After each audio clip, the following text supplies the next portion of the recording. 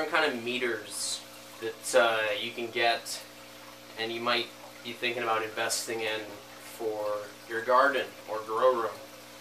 I have two. This one is got a digital display. This one's just a needle, I think analog, I think you'd call that. And really, I think something that everyone who's gardening should think about investing in is a pH meter.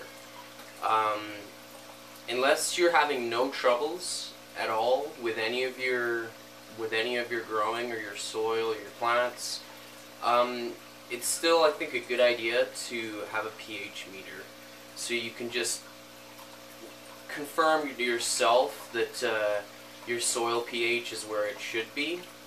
Because an example can be blossom end rot on tomatoes. A lot of people think that when they're getting blossom end rot on the tomatoes, it's from lack of calcium or maybe a watering problem.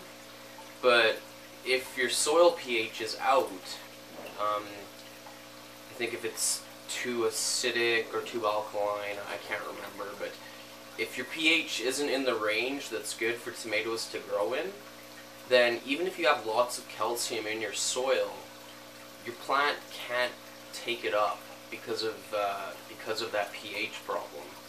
So having a meter that you can test pH is a really great way to be able to quickly diagnose any problems that you're having with growing. And even just so you can rule things out. So if you're getting a lot of blossom end rot, and if you check the pH, and your pH is where it should be, then you know that maybe you're not watering them properly, maybe they're not getting even moisture, they're getting a soaking, way too much water, and then a period of drought, and that does cause blossom end rot as well. So, I have this meter. I got it online off of eBay. Very cheap. I mean, I didn't get the cheapest one I found, because I think with things like this, you get what you pay for. But it wasn't too expensive. I think it was maybe like 20 bucks. So I'll just bring you guys in so you can take a close look at these meters, and yeah, I'll just show you what I use and how they work. And yeah, they're not too expensive to get, and I think it's a good thing to have just to be able to diagnose any plant problems you're having, and just to double check that things are where they should be.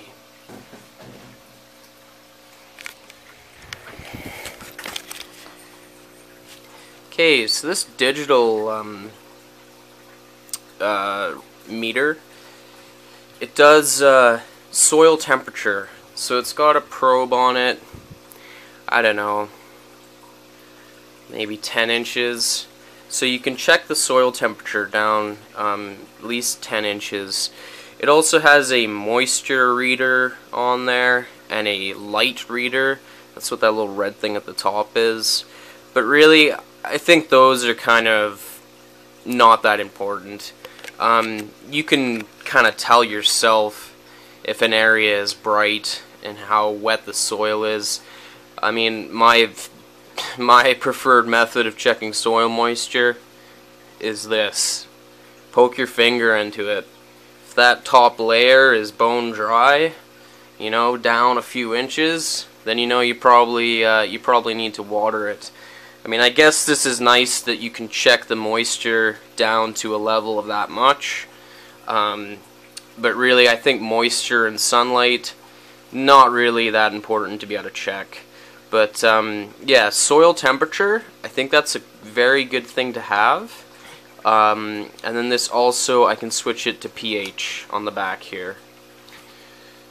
So this just runs off a 9-volt battery, and the battery lasts a long time.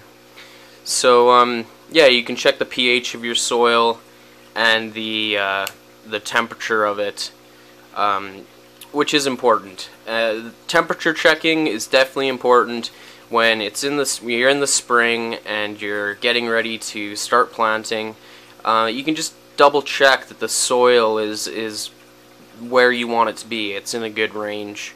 And then also, if you're using things like cold frames or hoop houses, you can quickly check the temperature inside those to make sure that, you know, maybe on a sunny day that it's not getting too hot in there.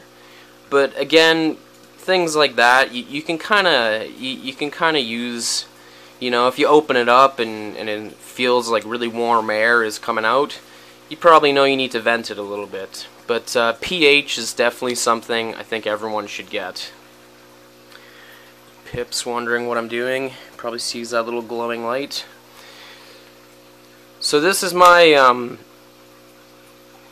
kind of more fancy, expensive meter. And then I have this other cheaper meter I got, which measures pH again, also measures moisture and light, and also measures fertility of the soil.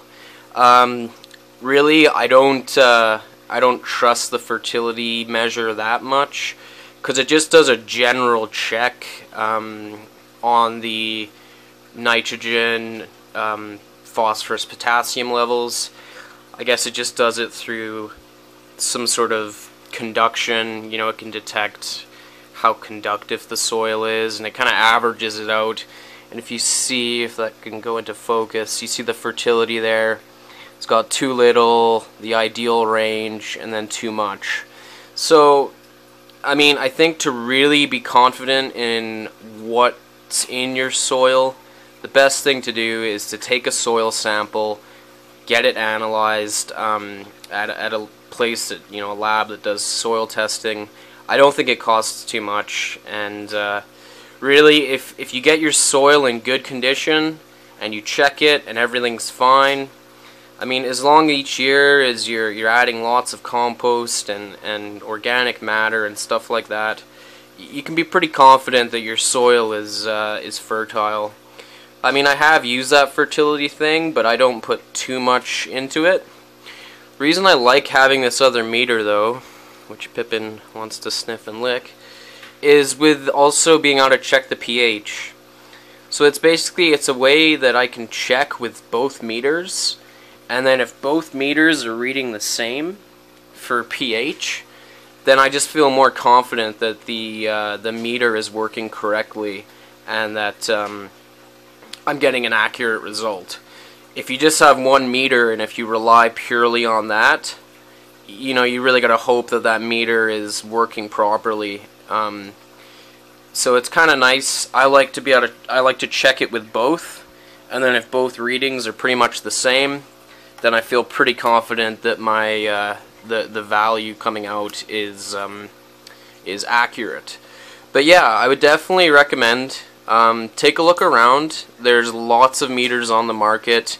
You know, there's these ones which do many things, or you can just get a simple pH meter, quite cheap. And I think getting a pH meter at least is very helpful. And I mean, I use these too for checking, like my compost tea is brewing here. So I can just flick this to pH. It's reading 7, which is just the air. I can dunk it in there. And it's coming up a reading of 6.5 of the pH. Let's wipe that on my gross sweatpants. And then again, just to make sure I'm confident in that reading, I can stick this meter in. And it's reading right about 7. So there's a slight difference between the two, but basically I can be confident that the pH in here is between 6 and 7, and you don't have to get crazy accurate results. I think as long as you're confident that you're within, you know, 1 pH point, I think that's as accurate as you need. So anyway, that's just a little bit of information on the meters that I use, and I think they are worth investing in. If you look after them, I mean, they're going to last you for a very long time, and it's just nice to be able to just check your soil, check your compost, check different things, just to make sure they're lining up with what you want them to be. So yeah, that's just a quick video on the meters I use.